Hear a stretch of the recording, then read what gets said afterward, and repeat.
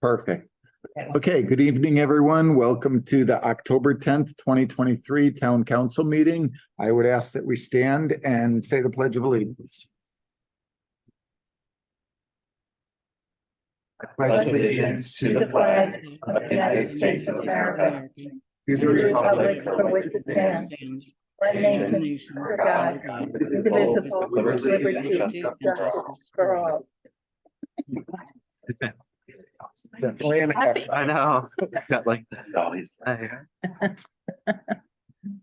I would ask at this time, we take a moment of silence to reflect on all that's happening, not only locally, but around the world.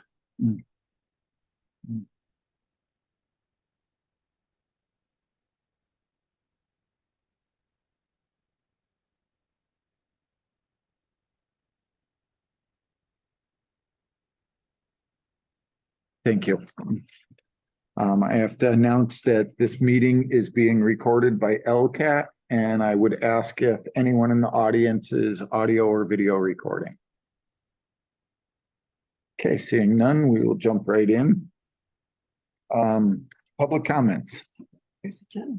Jeannie, do we have anyone? No one signed up, but there may be somebody in the audience that came in the office today. Okay, is there anyone online? There he is. No one. Okay, Oh, someone in the audience. no, mind. Now there is. If you wish to take that individual, please do. Raised and lowered it. Right? Okay, so it's lowered at the moment. So please step forwards. Thank you. If you'd state your name and address for the record. My name is Tom Irwin. I live at 54 Central Ave in Dalton, Massachusetts. I'm an advocate for the law and in Massachusetts for paint stewardship. It is, this is the seventh time this law has been brought before the legislature, each time to die in committee because it does not have enough public support.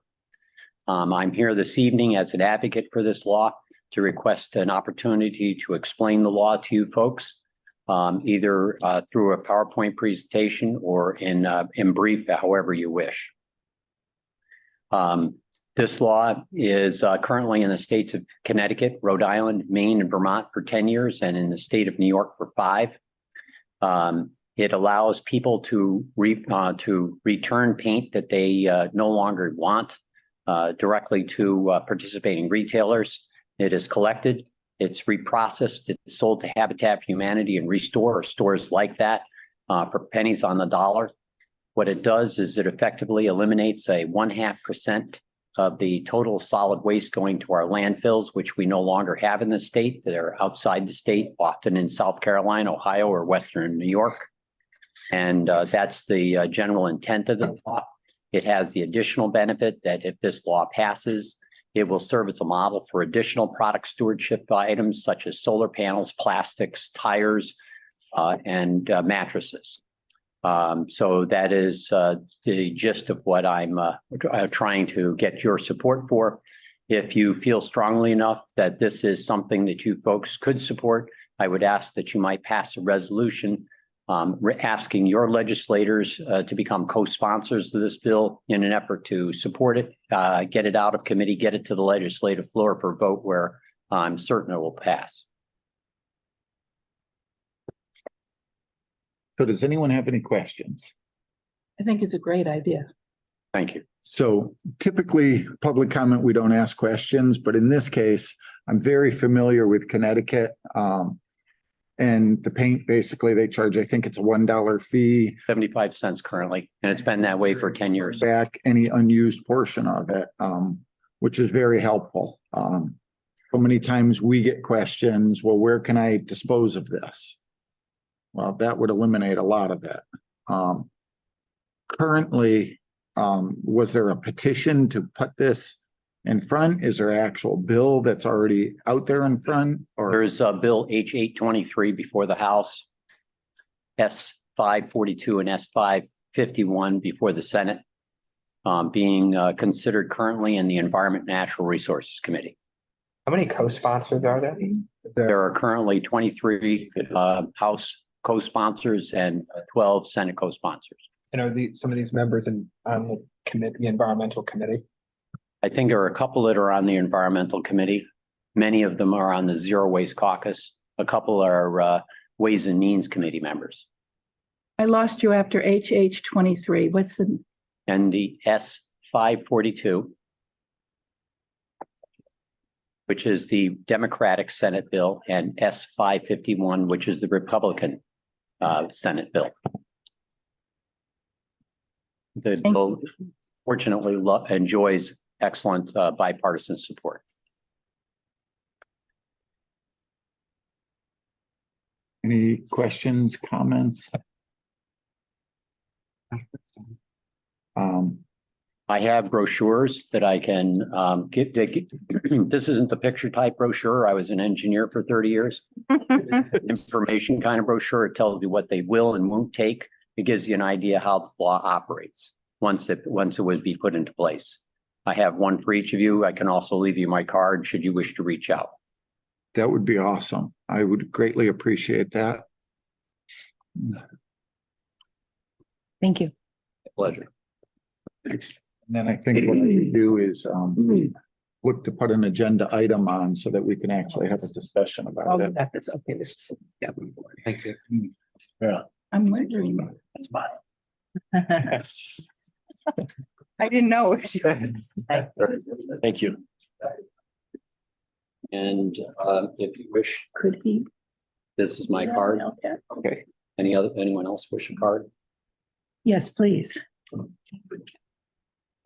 Yeah, we'll talk to Don and then we can reach out. Pleasure. Okay.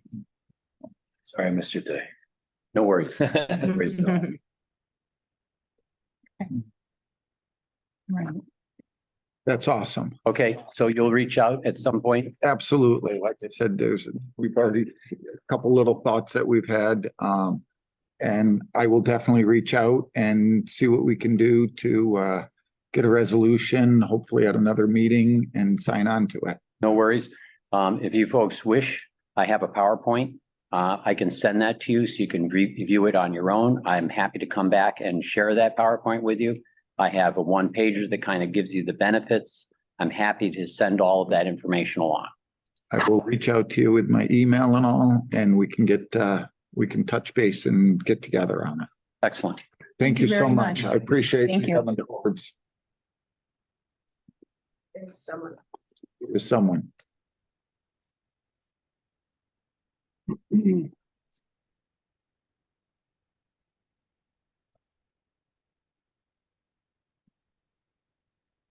Yeah. That's not Kathy. Great.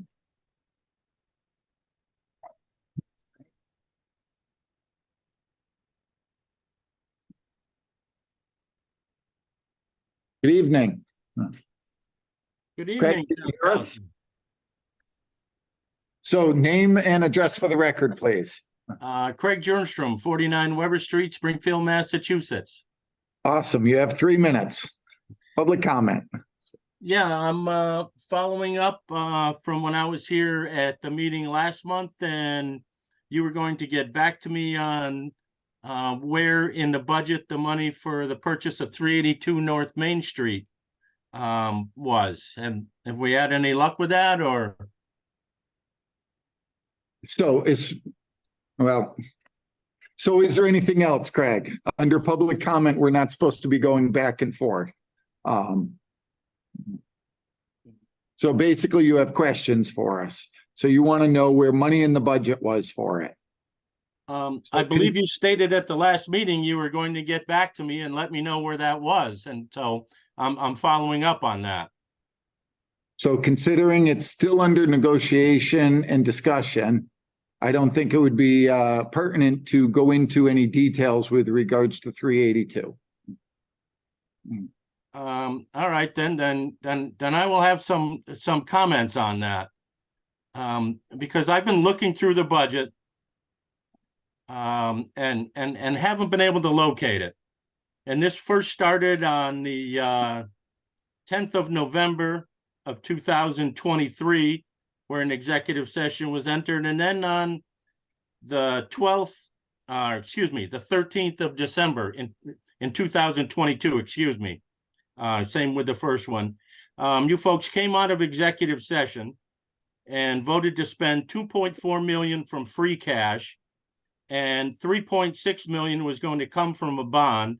And so you appropriated $6 million for the purchase of this building that was not in the FY23 budget. 6 million of the FY23 budget, it was approximately 8.5% of the budget.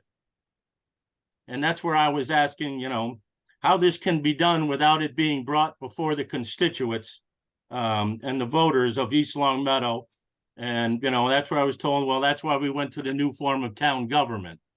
And I kind of struggle with that. And now you just said that we're still in negotiations to buy it. If I look in the new FY24 budget, all I could find was the 2.4 million was located in that it was actually allocated from the free cash in FY23. I could not find the 3.6 million for the bond anywhere.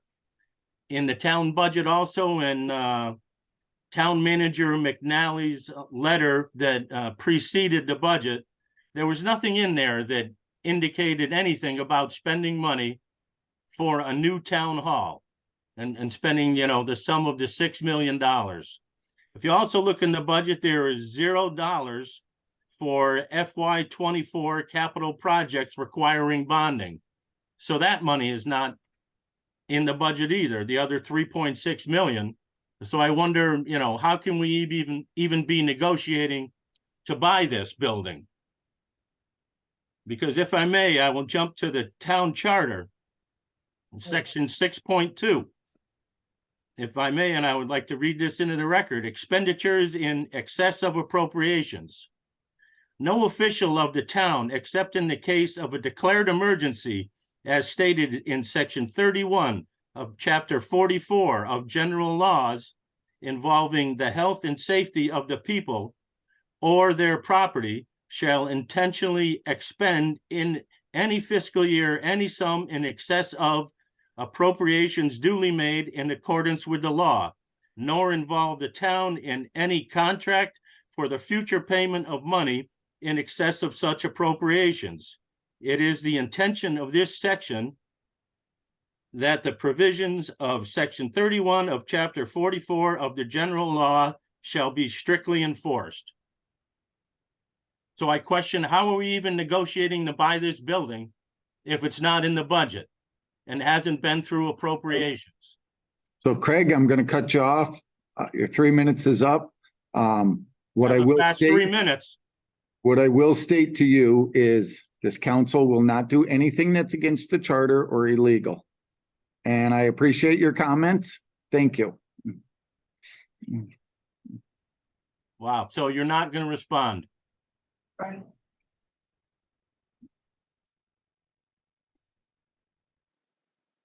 Any other public comments, Jamie? Okay, council comments. Does any counselor have any comments? So I've got a couple. First thing, Terry Glusko reached out and they are having a fundraising event for the Veterans Memorial on Saturday, November 4th at the Elks on Tiffany Street. They've got a couple different performers and all, and as we know, they're trying to raise money for the Veterans Memorial, which they're hoping to locate right here in front of the Council of Aging. What date was the thing?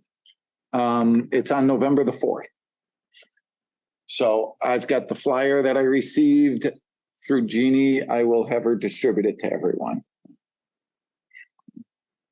And then I do have comment/request of our town manager, actually. I know in the past, with a past town manager, I had reached out and asked if we could either do some type of a committee or a group to start looking at municipal buildings and their needs. I know capital projects usually starts around this time of year. It seems like it's almost year round. But I think under capital, if there's some subset to look at our municipal buildings and the needs of them, so that going forwards, we can have a general idea of what expenses we're gonna have, because I'm assuming there's gonna be expenses and upkeep, and obviously it seems every year something's needed somewhere. So I thought if we could tie that in at the same time as our capital projects, that would work out great. Anyone have any thoughts, questions, concerns, disagreements? Got a lot of those. Okay, on to the next subject, town manager report. Tom, do you have a report for us? I do. Great. Evening all. Good evening. So the town has reached agreement in principle with 4 of our 5 union groups. The fire department, the UPSI professional and clerical units, and DPW local 169. I'll have that. We're just kind of crossing the T's and dotting the I's, but I'll have those contracts ready for you hopefully very soon. First round interviews underway for deputy town manager. A lot of applications from really all over the country. So hopefully my goal is to have everything wrapped up by the end of the month. Values and new growth have been certified. So we have our very fun tax classification hearing probably next meeting. I say that in jest, but it's actually quite interesting, and a lot of hard work goes into this whole process. So shout out to Diane and everybody in the assessing department, and the Board of Assessors, obviously, too, for all their hard work. We're waiting. When I wrote this, there's a nice little thing at the end. Hopefully by the end of the week, Kim got some questions about free cash certification. She's answered those this morning. So we're hoping to have that squared away probably by the end of the week. So that'll be good. Massey DEP awarded the town recycling dividends program fund of about $24,000. There's a whole sort of formula that goes into all the stuff we do up at the transfer station and the schools and in the buildings. And DPW, health department, and our recycling coordinator, Liz Bone, a lot of hard work there as well. Mr. Quimby and I continue to negotiate with Westfield Gas and Electric regarding fiber to the home.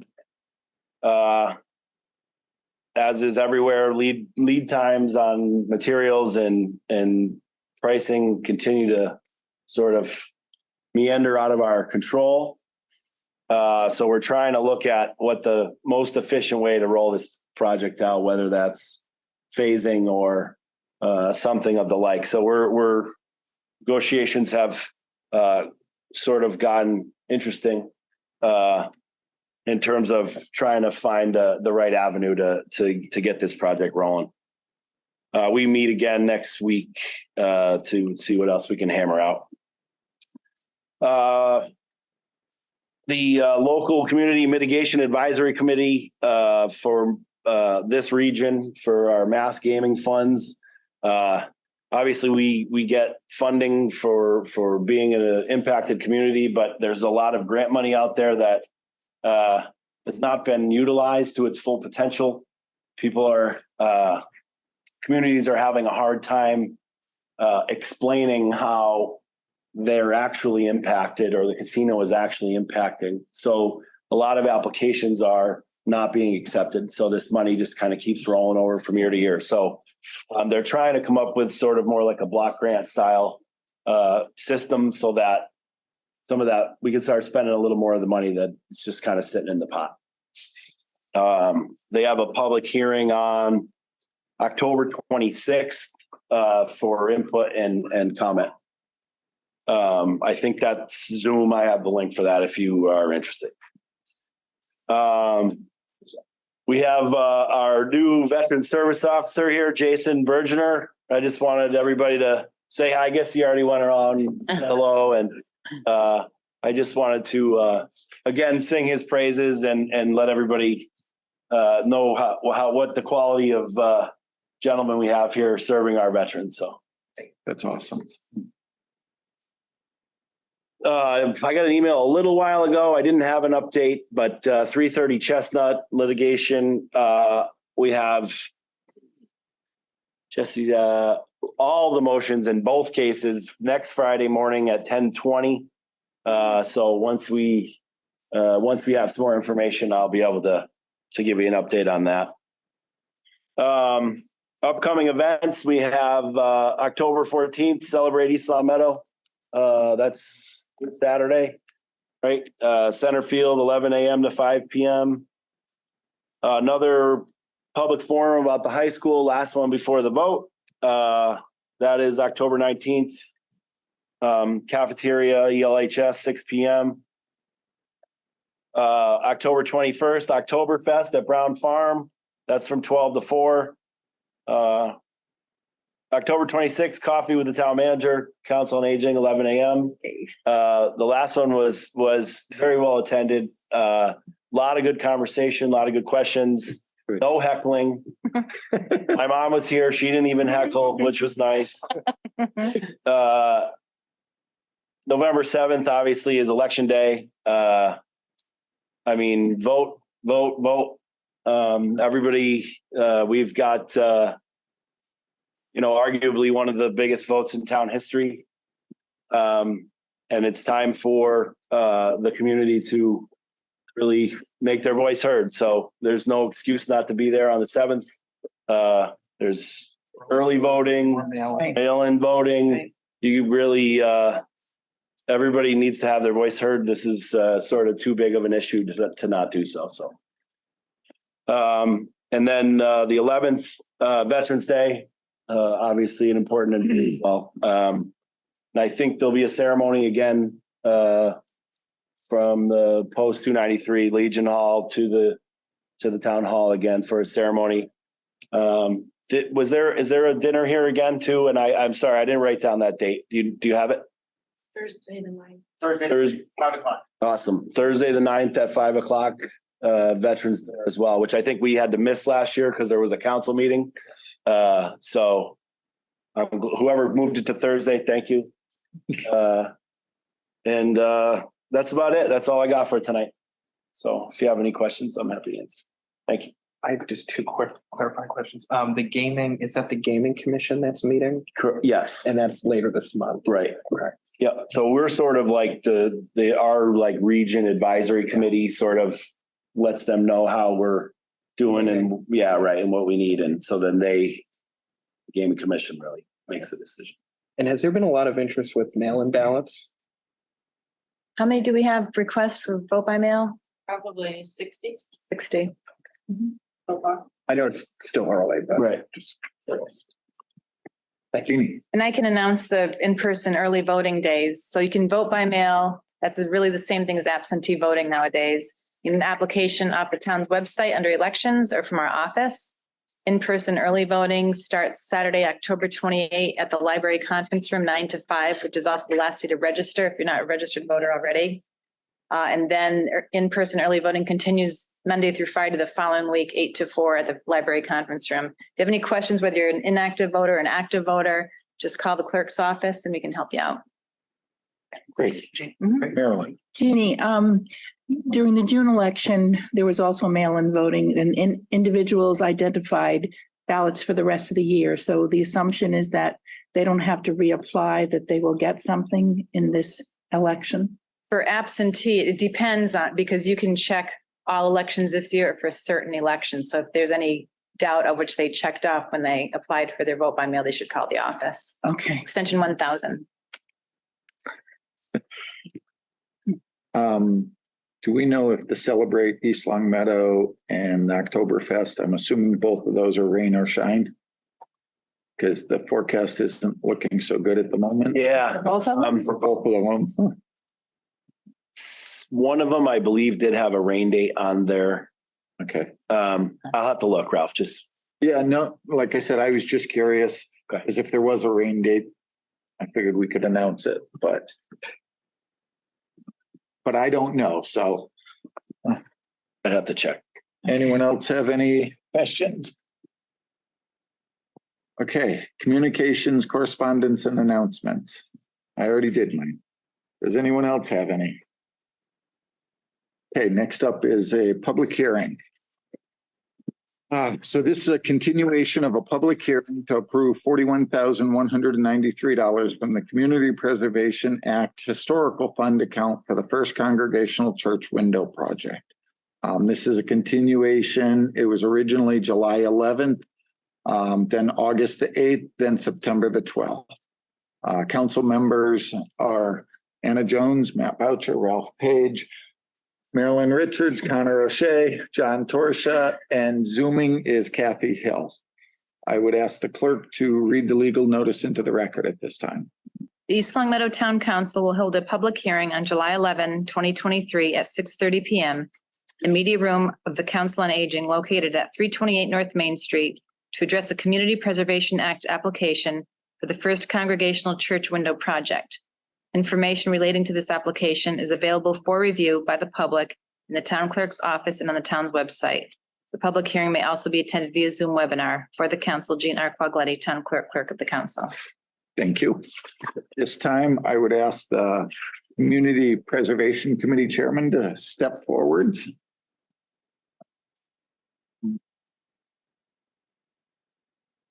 Good evening. Evening. So do you want to give us a quick rundown of the project? The project was adjusted a little bit, and from what I understand, the Community Preservation Committee has re-voted on the new numbers. Right, and it was unanimous. Also, we added a 10-year restriction on the project.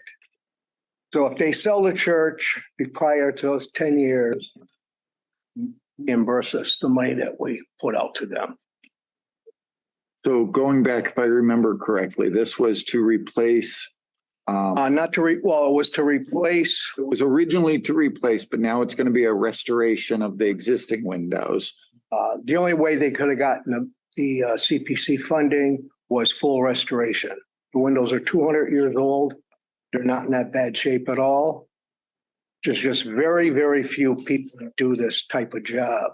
So that's why it took so long waiting for an estimate. And it's a full restoration by the Haywood Restoration out of Shelburne Falls.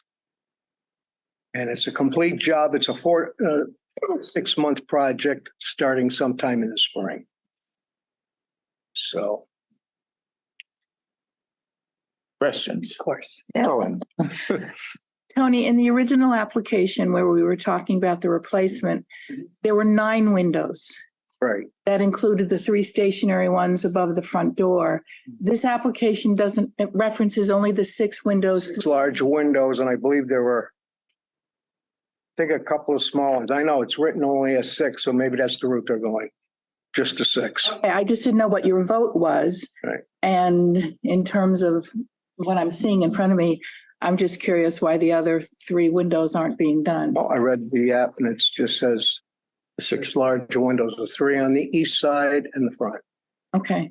Yeah. All right. Thank you very much. I think those are the largest windows, Those are the largest ones. And which is the probably other ones are fixed. difficult. They're not, you don't open them. So Okay. that may be the reason in of itself.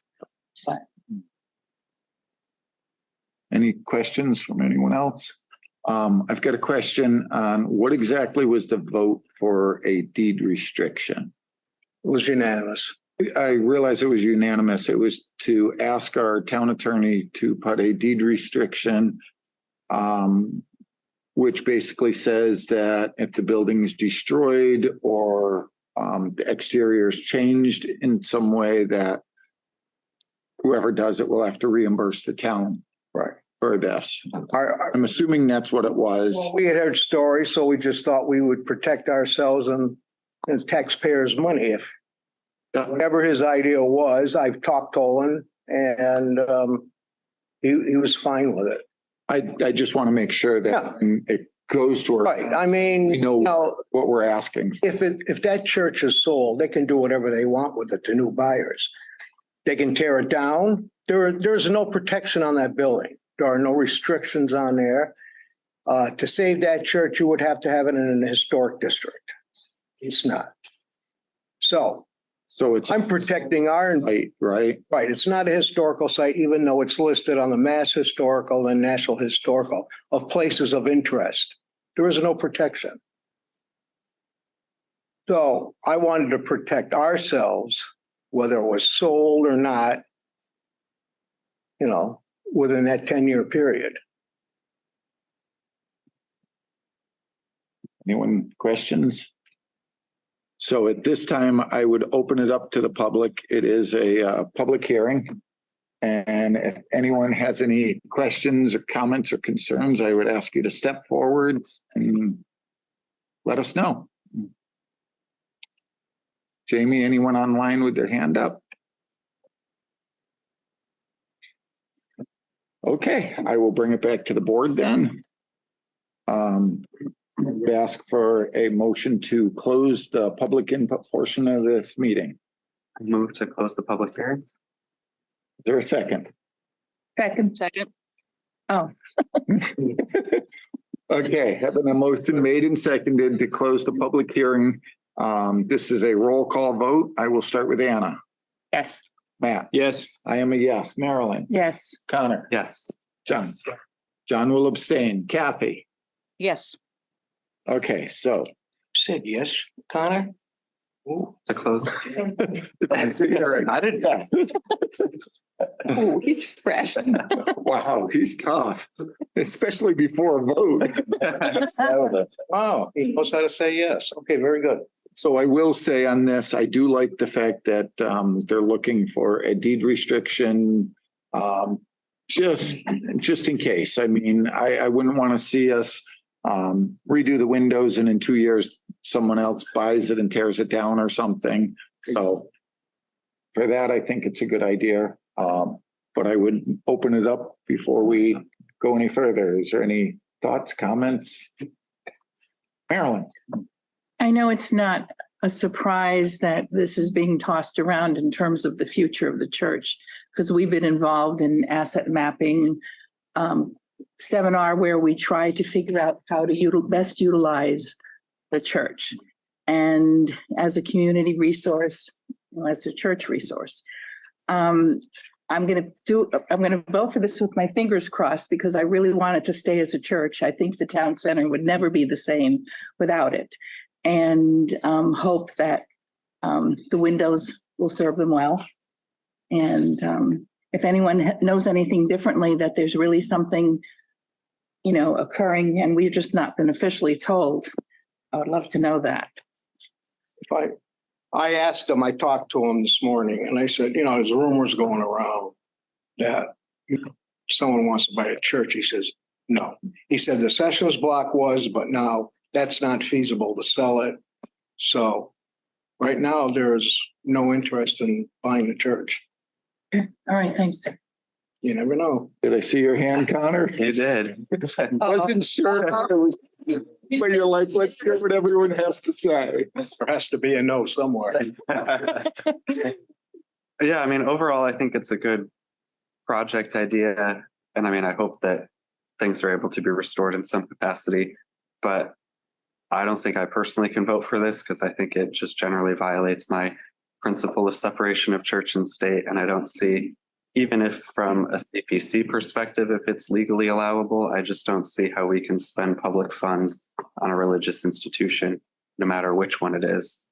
I think it would be a different story if it was, not that I'm hoping this, but if it were to be a defunct religious institution, not operating as such anymore, and the town was then doing it to preserve the building for some other potential future use, then I think that would be acceptable. But for the town to take taxpayers' money to pay for a nonprofit, non-taxed organization, I don't think that that's a good idea. Any other thoughts? So if I remember going back, this was actually considered a meeting house. And I mean, it was used by the town as a meeting location for all different functions and stuff. I see this more as a historical site and not that we're trying to help a church. I see this as the centerpiece of our town. I mean, most every postcard I see, whether it be of just the Rotary and Ripley's or not, that building is there. And it's been there for so long. I would hate to see it go anywhere. And if a little restoration can help keep it for another 100 years or more, I think that's a good use of the money. That's my thought. Any other comments? Do we know how old the church is? I've been looking to try to find. It'll be 200 years old in 3 years. Okay, So 197. thank you. East Long Meadow math. Jeannie, I think for the council's record for your vote, if you could have the exact language of the CPC's vote of what the deed restriction was in the amount of money. We could have that for our record. for a record. Right. So do a motion that says including a deed restriction. So we vote to approve the expenditure. The condition. Outside the motion, I think we need first a document, something from the CPC with the exact language that. Yep. Deed restriction, so you'll have that, Okay, Right. to support your motion. It doesn't have to be in there, I don't think. I would like it a part of the motion if we. Okay. Okay. Kathy, would you like to try and give us a motion and add in not only the amount, but the deed restriction? Yes, I will take a run at that. I make a motion to approve the revised application for the Community Preservation Act First Congregational Church Window Project in the amount of $41,193 from the Historical Fund account, including the action taken by the CPC to place a deed restriction on the First Congregational Church for up to 10 years. Is there a second? Do you want a second? You want me to do it? I'll second that. Jeannie, how did that motion sound to you? Vague. Well, thank you very much. What is the 10 years? What is the deed restriction? You said that the building can't be destroyed or, No, I didn't say destroyed. I just said if No, so what we're putting on is based on what their vote is, okay, their deed restriction. So it'll be based on their language. Okay. And they're not starting anything until the spring, if this passes anyways, of which if we need to adjust a vote to stipulate something a little bit different, we always could. and we'll have a copy of that language of the vote. We will make sure we get a copy of that language. So we have a motion made and seconded. Is there any further discussion on it? Okay, hearing none. This is a roll call vote. We're going to start with Kathy. Yes, John, I'm abstaining. Connor, No. Marilyn. Yes. I am a yes. Matt. Yes. Anna. Yes. I hope you're counting. I believe that's 5 yeses, 1 abstention, and 1 no. Okay. Thank you, Tony. Yes. Much appreciated.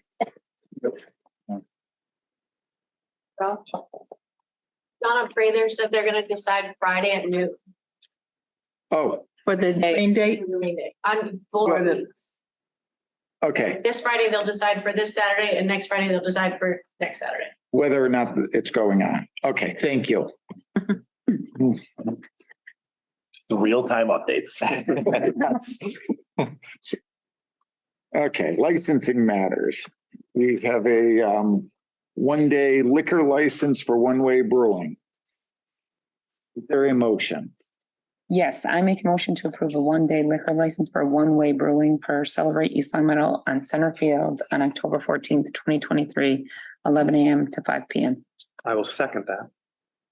Okay, motion made and seconded. Any discussion? Hearing none. Start, everything's roll call. So Anna, Yes. Matt, Yes. I'm a yes. Marilyn? Yes. Connor? Yes. John? Yes. Kathy? Yes. Okay, thank you.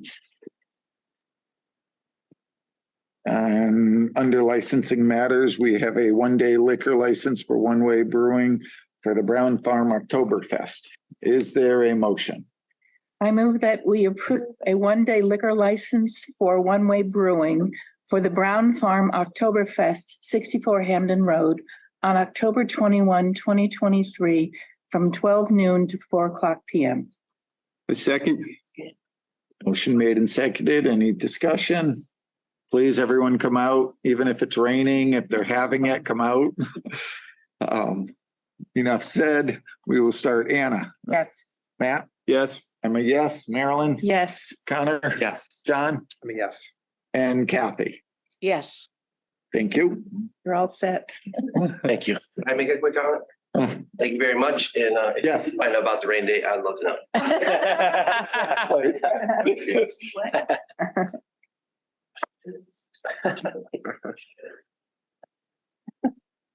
You know what I'm, Hearing comedy, not bad. But yes. So Jeannie, the question is there an actual rain date? There's no rain date, so it's either a go or a no-go. So a one-day liquor license for that specific day works. So in other words, they wouldn't postpone it till the next day or anything. Okay, so Okay. no, is that what you want? Is that what we Yes. understood? So Okay. yes, that's what we just understood. That's why. so it'll be canceled, not postponed. Exactly. Got it. So if it's rain and they have to cancel, they will just announce that it's been canceled. Mhm. Let's hope not. Okay, financial matters. First up is rescind bond authorization on a 4 million, blah, blah, blah, for borrowing that is no longer needed for the purposes for which they were initially approved. So why don't we start with a motion, and then is Kim available? Oh, I got it. Okay. You may have want Kim here. So let's start with the motion if we can. All right. Ordered that the town of East Long Meadow rescinds the following amounts that have been authorized to be borrowed, but which are no longer needed for the purposes for which they were initially approved. Unissued amount, then followed by date of loan order approval, followed by original purpose, $443,062, May 17th, 2010, highway construction, $576,139, May 25th, 2022, public ways construction, $1.2 million, May 25th, 2021, sidewalks, $950,000, May 25th, 2021, modular classroom, $228,556, May 25th, 2021, DPW vacuum truck, $658,499, May 25th, 2021, water main improvements, $261,031, May 25th, 2021, DPW vacuum truck. Second. Motion made and seconded. Further discussion? So, Tom, would you like to explain? So I know the first two were the highway construction and the public ways construction. If I understand correctly, that's typically Chapter 90 money. Right. Don't we usually before the end of the year say, hey, we have to bond for this, and then it's reimbursed from the Chapter 90? Not bonded. Okay. It's not. And that's the reason why we're rescinding this. Correct. And that's why the next motion for Chapter 90 will not have borrow on it, because we don't borrow. We never borrow. We pay the bills and then we get reimbursed. It's just like a grant. Okay. Sidewalks, 1.2 million. Okay. So is it the same thing that we, Most of these, with the exception of the water main for Cooley and Avery, which was we used ARPA for, were voted twice. They were voted during the budget process, and then the amounts changed and they were voted again in December. So you're rescinding the vote from May 25th, 2021, because it's the wrong amount. It's still being bonded. It's just using the December amount. So there was two votes. Vote. The Exactly. December vote will stay. Yep. And the May vote will be rescinded. Okay. Makes sense. Is that everything? Okay, you got it. So these are projects that have already been like done or active. Started some of Started. Some, yeah, right. just a double vote basically when they did it. Okay, we've had a motion made, we've had it seconded, we've had further discussion. This will be a roll call vote again. Kathy, Yes. John? Yes. Connor? Yes. Marilyn? Yes. I am a yes. Matt? Yes. And Anna? Yes. Perfect, thank you. Approve a prior year bill for the reminder in the amount of $360. Is there a motion? I make a motion to approve a prior year bill for the reminder in the amount of $360 for the publication of a legal notice for a public hearing for the town council to be paid from the reserve fund. Second. Any discussion? If I may, just to be clear, since we had the discussion last time about, we could make transfers without a vote. Because this is a prior year bill, you have to vote on it. So just so we're clear, Right. That's all. And that's the only reason. That's the only reason. Because it's a prior year bill, not that it's coming out of. That's why we have that, so I don't have to ask you to vote on $300.60 or whatever it is, 300. Unless we pay it a year late. That was the publication for the capital projects that we're supposed to publish for the budget meetings. And the bill was sent to the wrong town. We just got it a little while ago. They didn't pay it? Okay. Must have gotten to Long Meadow. That's what I'm thinking. Okay, motion's been made and seconded. Further discussions over. Again, roll call vote. Anna, Yes. Matt, Yes. I am a yes. Ralph, Marilyn. Yes. Connor. Yes. John. Yes. And Kathy. Yes. Thank you. Okay, financial matters, E3. Approve to take the shortfall of $32,389 for a truck number 9 from the sewer vehicle replacement reserve, account 3390. Is there a motion?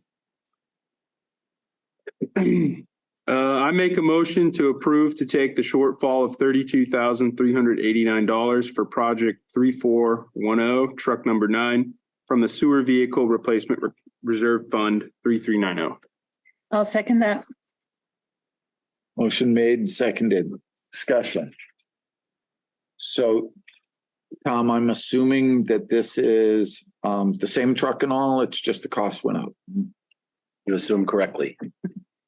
And if I remember right, that's one of the bigger trucks. Correct. That's a big difference that it's going up. It seems like everything's going up, but we have no control over it, but. Okay, with that, roll call vote. Anna, Yes. Matt, Yes. I am a yes. Marilyn, Yes. Connor, Yes. John, Yes. Kathy, Yes. thank you. Okay, is there a motion to approve $4,750 to the Community Preservation Act Historic Fund? Yes, I make a motion to approve the return of $4,750 to the Community Preservation Fund, Reserve Fund 2615, which is the balance of the completed maps and plans preservation project, account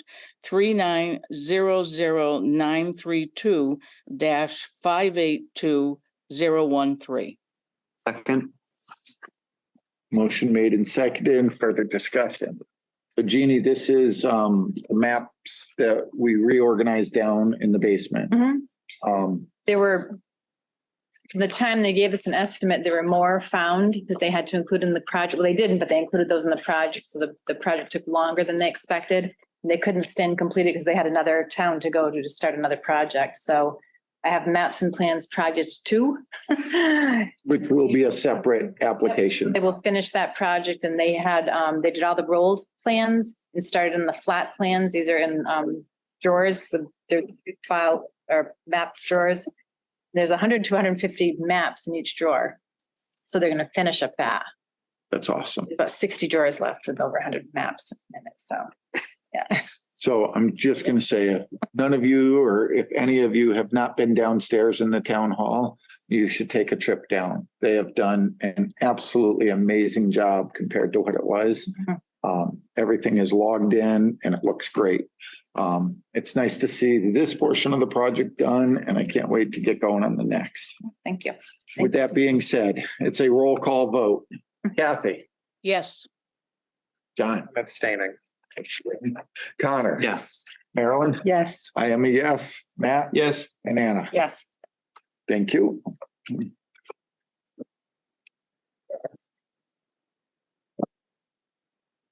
We have approval of minutes from September 12th, 2023 open session.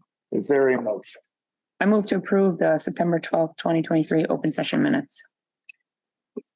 I will second that. Motion made and seconded. Any discussion? Hearing none. Anna, Yes. Matt, Yes. I'm a yes. Marilyn, Yes. Connor, Yes. John, Yes. and Kathy. Yes. Thank you. We have minutes from September 12th, executive session minutes. Is there a motion? I move we approve the September 12, 2023 executive session minutes. I second. Motion made and seconded. Any discussion? Hearing none. Kathy, Yes. John, Yes. Connor, Yes. Marilyn. Yes. I'm a yes. Matt Yes. and Anna. Yes. Okay, and the third minutes are September 15th, 2023 open session. Is there a motion? I make a motion to approve the September 15, 2023 open session minutes. Second. Motion made and seconded. Any discussion? Hearing none. Anna, Yes. Yes. I'm a yes. Marilyn. Yes. Connor. Yes. John Yes. and Kathy. Yes. Okay. Woo. Old business. So at our September 15th meeting, we took a vote. I inadvertently added a word into the motion, which was approved. And just to fix it for clarification, we want to make sure that, especially on this, that everything is exactly perfect. Gordon Smith was the one that caught it.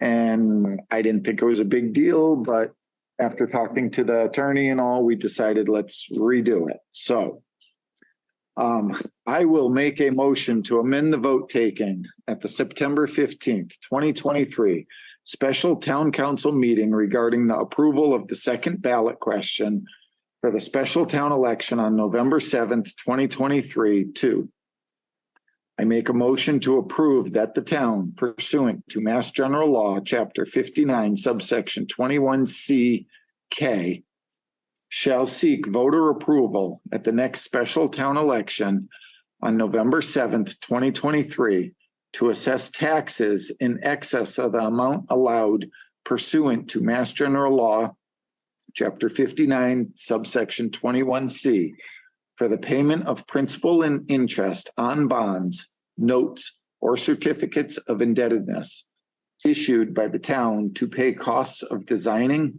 constructing, and equipping a new natatorium to be located at East Long Meadow High School, 180 Maple Street, East Long Meadow, including the payment of all costs incidental or related thereto. And to that end, the town clerk is hereby directed to place the following question on the ballot. Shall the town of East Long Meadow be allowed to exempt from the provisions of Proposition 2 1/2, so-called, the amounts required to pay for the bonds issued in order to pay costs of designing, constructing, and equipping a new natatorium to be located at East Long Meadow High School, 180 Maple Street, East Long Meadow, including the payment of all costs incidental or related thereto. I second the motion. Having a motion made and seconded, is there any discussion? Just for the public following along, really the only change to that was striking out the word pool after natatorium. Yes. Thank you. Just so they don't think we're changing it in any significant manner. Exactly. So any other discussion? Hearing none, roll call vote. Anna, Yes. Matt, Yes. I am a yes. Marilyn, Yes. Connor, Yes. John. Yes. And Kathy. Yes. Thank you. All of that for the word pool. Question. Next up is our hazard mitigation plan update from Mimi Kaplan, Pioneer Valley Planning Commission. If you'd like to come forwards, I think Chief Morissette is here too. Yes. That would be great. Hi, Mimi. Hi. How are you? Good, how are you? Good. Hey, Chief. Good evening. I got a little PowerPoint for everybody. Oh, good luck. Oh. Good night. There is no power, so. I have one. Yeah. That'd be great. I'll take one. Yeah. I gave mine. Maybe we can I share. gave mine away. Oh, I. Oh, all right. Do you have enough? Because I have it in front of me on. Oh. Thank you. I printed mine out. Thank you. Thank you. Thank you. It was on the screen. It was, just popped right up and then it went away. Oh, there we go. There. We just have to shut the lights out. Oh, jeez. Can't walk away from the call. Perfect. Who's gonna, or do I stand up there or do I? I'll forward it. Sure. Oh, good. Yeah. Is there a remote over there, Paul? There isn't. I have one in my backpack. I don't know if it works. We can get that far this afternoon. Okay. Nobody had any batteries. Skilled people. My home environment. You know what I mean? Yeah.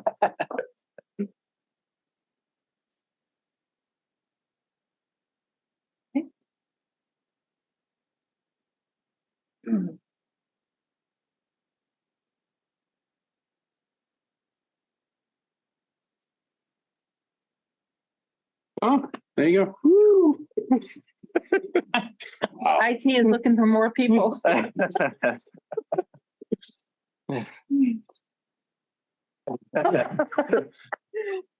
Less stress. No. Okay, good evening. Hazard mitigation. Yeah. Good The evening. floor is yours. Okay, great. Thanks for having me. My name is Mimi Kaplan. I'm a senior planner at Pioneer Valley Planning Commission. Been working with Paul and the rest of the committee, the Hazard Mitigation Update Committee, our working group for about, I think about. I think we started in March. Yeah, we started in March. Yeah. Early March. On updating the previous hazard mitigation plan. So this is the first of 2 required public meetings to inform and also get public opinion. Maybe. Too soon. I'm gonna have to be. There, you gotta stand right there. Got range for that. All right. All right. There, if you'd like. There. Oh, no, not yet. See how comfortable they are. Wife might have it. Yeah. Yeah, so I wanted to thank the hazard mitigation plan. From here on out, I'm probably gonna just say HMP committee. You see here, some of you, of course, are on it, Tom, Matt, and Paul, and everyone's been great. We've met 4 times. I think there's been 100% attendance every time. Great input. Definitely on schedule. Go to the next. Okay, so what is hazard mitigation? FEMA defines it as any sustained action taken to reduce or eliminate long-term risk to people and property from natural hazards. Some examples could be limiting development in areas that are at risk of particular hazards such as flooding, retrofitting structures to protect them from hazards like floods or high winds. Drainage, I'm gonna have to look at these, drainage and flood control projects to prevent localized flooding or fire safety education. Those are just examples. Obviously, there's many possible mitigation and hazard mitigation actions. So there is some overlap between hazard mitigation and emergency preparedness. So emergency preparedness are some of the things that you see there in the right column, like having evacuation plans and emergency shelters ready in case of any type of emergency, having emergency communication equipment and response drills. Hazard mitigation is definitely broader, often comes before emergency preparedness, but I like just to think of it as kind of just broader. And in some cases can prevent the emergency from actually occurring. If you can mitigate the hazards enough, maybe there won't actually be that much impact from it. So some examples of hazard mitigation could be local planning and regulation, like zoning and bylaws, natural systems protection, like things like protecting land that's floodplains to absorb floodwaters and prevent flooding, education and outreach to residents, and structure and infrastructure improvements. Next slide. Sorry.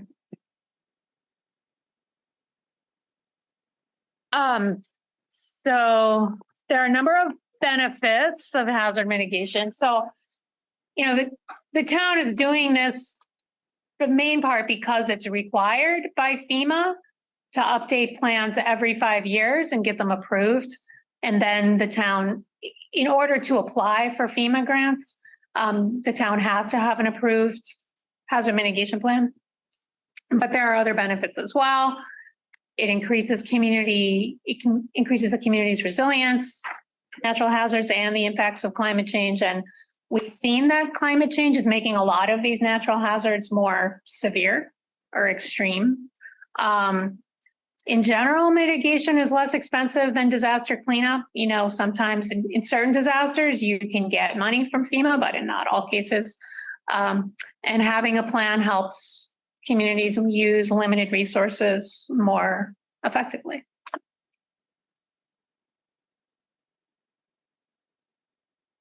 So the main components of the plan are one, to identify the hazards that are impacting the town. Two, to assess the town's vulnerabilities to these hazards. So how do hazards impact buildings, property, residents, especially vulnerable populations like seniors, disabled, low-income residents. Identifying map critical infrastructure, and assess the existing mitigation capabilities. So things the town already has in place, that their capabilities that help you, to already mitigate hazards. And then also to assess the previous strategies from the previous plan, and then identify new mitigation strategies. Next slide, please. So the timeline and steps for doing this HMP update are 4 to 5 committee meetings. We've had 4 meetings. We may have another one, depending. And if we need to make more revisions, then this is the first public meeting. I'm going to complete the draft plan. Then there will be a second public meeting. I'll revise the plan based on any public comments, submit the plan to MEMA and FEMA, make any revisions they require. The FEMA will approve the plan. The town council will need to adopt the plan. And then at that point, 5 years in the town. I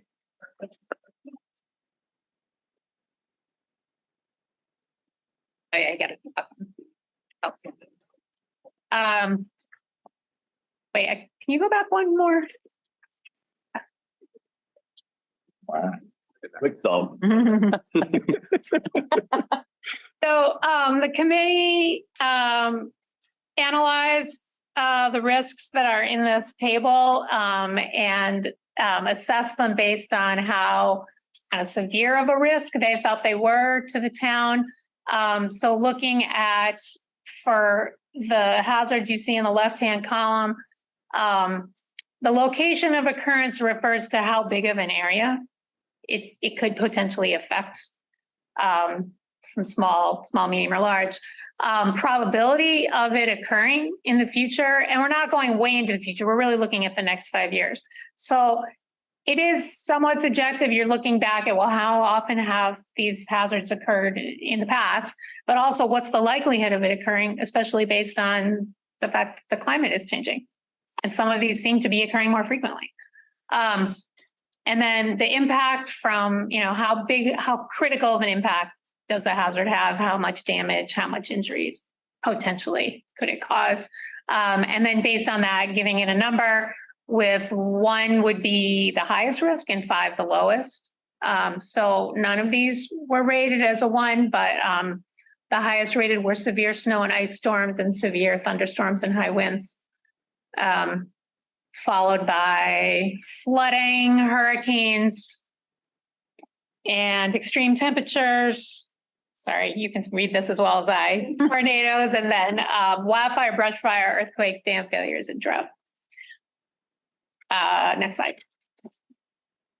And then these are just some examples of the town's already existing capabilities, mitigation capabilities, and there are quite a few, because you do have zoning ordinances, bylaws that help mitigate hazards like floodplain districts, stormwater bylaw, requirements and site plan review. And then a lot of existing plans, some that have really informed the hazard mitigation plan, such as the MVP and resilient master plan, and then also the emergency management plan, open space plan. NFIP is National Flood Insurance Protection. So there's currently 8 policies in force in the town. Burn permit requirements. There's cooling and heating center, tree management, prevent limbs, falling on power lines and causing outages, fire safety education for children and seniors, and emergency communication, the code red. So I didn't put all of the actions that the committee came up with. I just decided to put the higher priority ones. But and they're also not set completely yet. So once the draft is done, you'll be able to see all the actions. But the high priority actions were culvert replacements, seeking funding and implementing them, installing emergency generators at the high school, posting online, and also sending out through the mail tips to residents on preparing for extreme weather, increasing enrollment in the code red and the school emergency alert system, improving drainage for mosquito control, and also increasing education to residents about mosquito-borne illnesses. And then also regulatory updates, including low impact development and green infrastructure. So for any new developments needing to require a certain amount of, I don't know if it's going to be encouraging or in space that can absorb floodwaters. That is it for my presentation, but can take your comments and questions. We did receive, since it went out, we did receive public comment, an email from, I guess I'll call him the godfather of Conservation Commission, George. He actually knew this acreage of the woods between Kibbe Road, Wood, Hamden Road, that swatch of land there, and it puts us just shy of 300 acres, which puts us, and his concern was the power company's been back there doing a lot of clearing, and they're not doing anything with the debris. They're just pushing it off to the side and there's piles. So if we did come into a drought season, the potential for higher impact of wildfire would definitely trigger. And Mike Ray was on our committee, ran a report. I forgot what the number was, 141 homes impacted, and he actually took the value. It's a pretty high value on our end, from the fire side, looking at it, you see the wildfires in California and then what happened in Hawaii. It's hard to imagine something like that happening here. But when you take that swatch of land right there and you take the 140 or so houses, is it possible? Worst case scenario, maybe. So we actually, me and I talked about it tonight. We're probably going to reevaluate that and change our thinking on how that's rated. Right now, it's low. Oh. It's actually the highest number of 5, which is the least. So we'll probably revisit that with the committee. Again, it's kind of a swag on our part. And George kind of recommended a couple of things to try and correct it. It's a huge cost savings, and I don't know if we can force the power company to actually go in there and pick it up. Huh. Yeah. Why not? They made the mess. Sorry, Kathy. I'm trying to understand if they created the situation, why wouldn't they be responsible for removal? Something we need to investigate, which Right.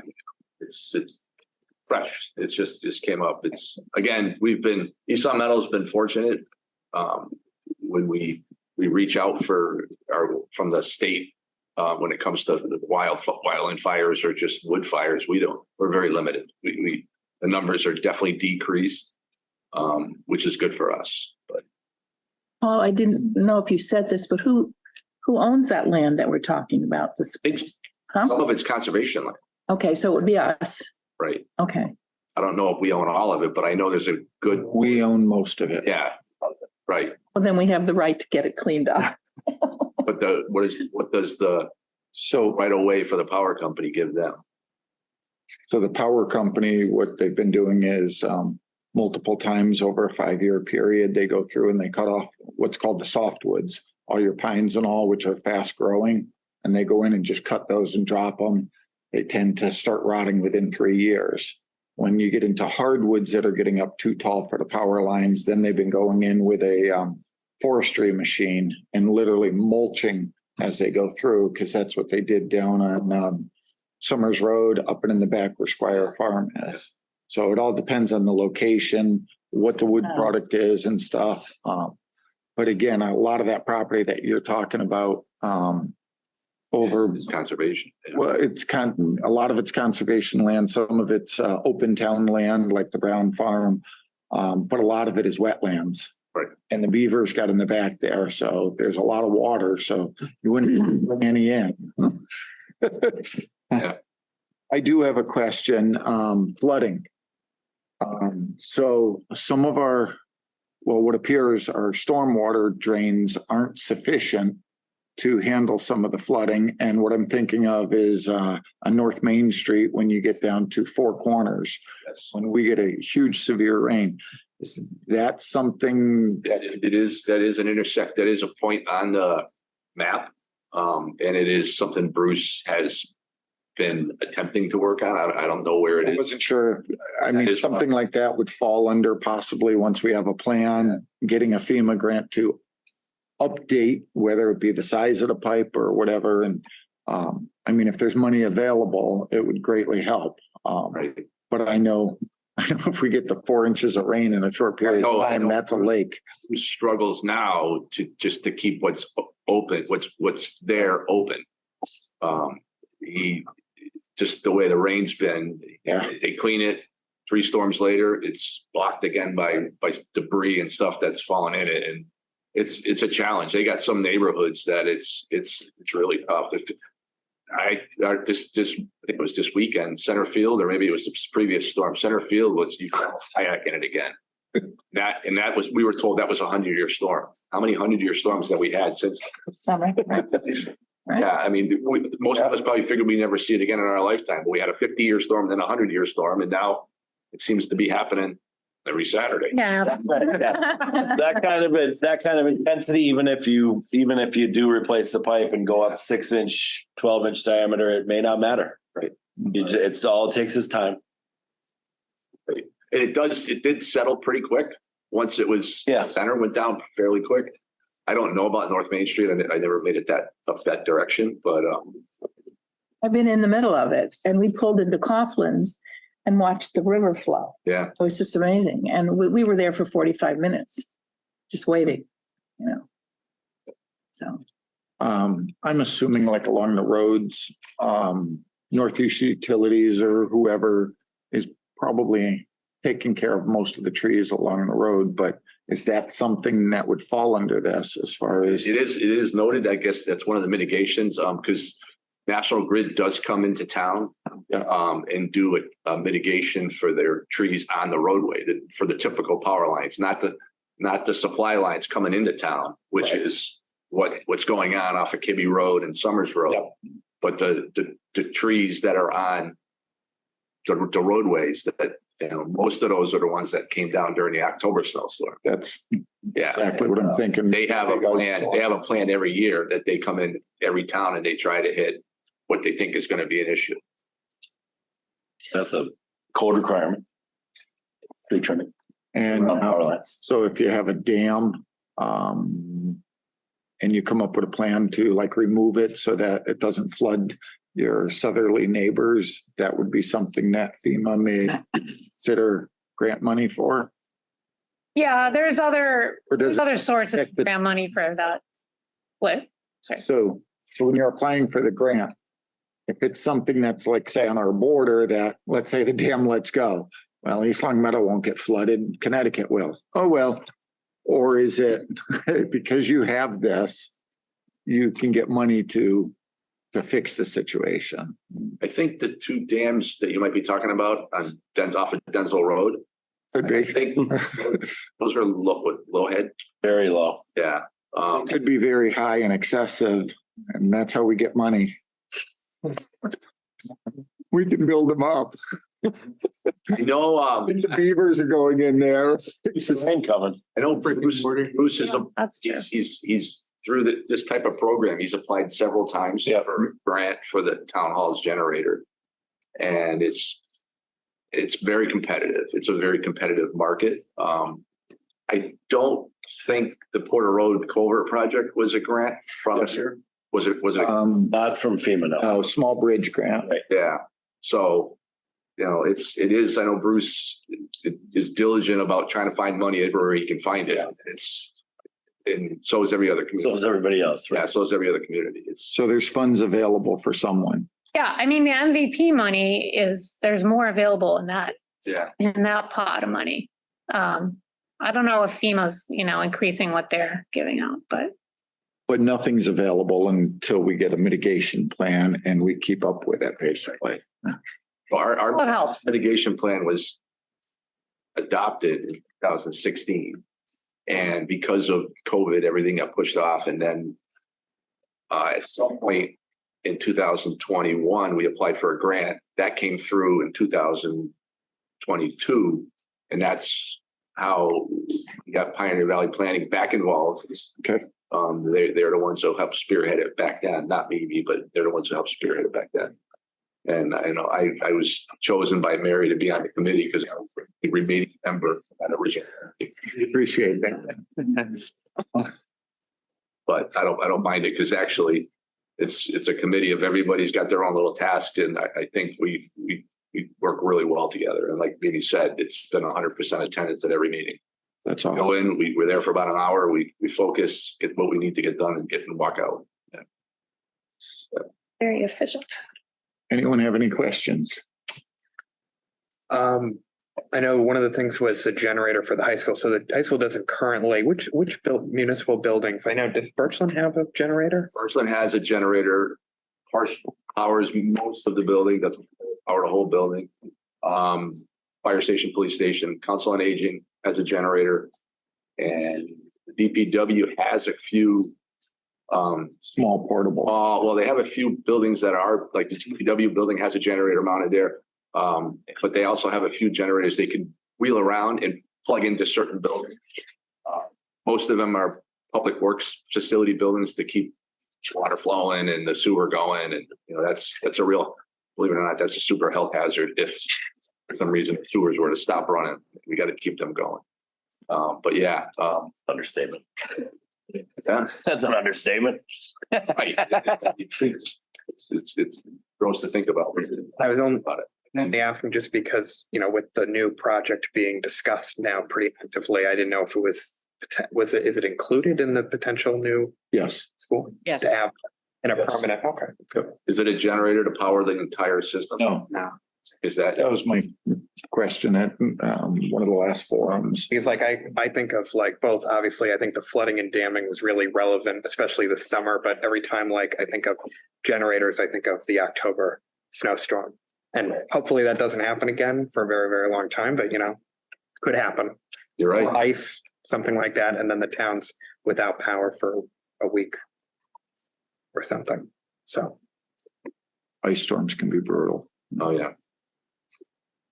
Times worse than a snowstorm. Any questions? Overall, it looks good. Excellent. Nice job. Good. Thank you. Thank you, everybody. Great, thank you. Appreciate it. Thank you for your patience. Oh, yeah. We'll get an IT specialist next time. Thank you. Whoa. Okay, action items. Does anyone have any action items for me? Trying to think, we had a couple things already on the. Classification hearing And then, oh yeah, and the Classification. zoning amendments are and reading. second reading. and will Already, that's a long meeting, guys. we have anything with I'm sorry. fees schedule? No. Probably not, yeah. Oh, God. 2028. But I would like to just point out that, again, the Planning Matters Subcommittee did meet this past week. Had an excellent meeting. It was great. It was absolutely great. Very professional, went through everything, and that should be coming in front of us at the next meeting. And then, like I said, the bylaw committee started on the fee schedule. Able to meet with Dave Gardner from the building department and Bailey from planning and community development and go over those. Thanks, Chief. It was very good, and it looks like it's going to start moving along and very nicely. It was very insightful. Yep.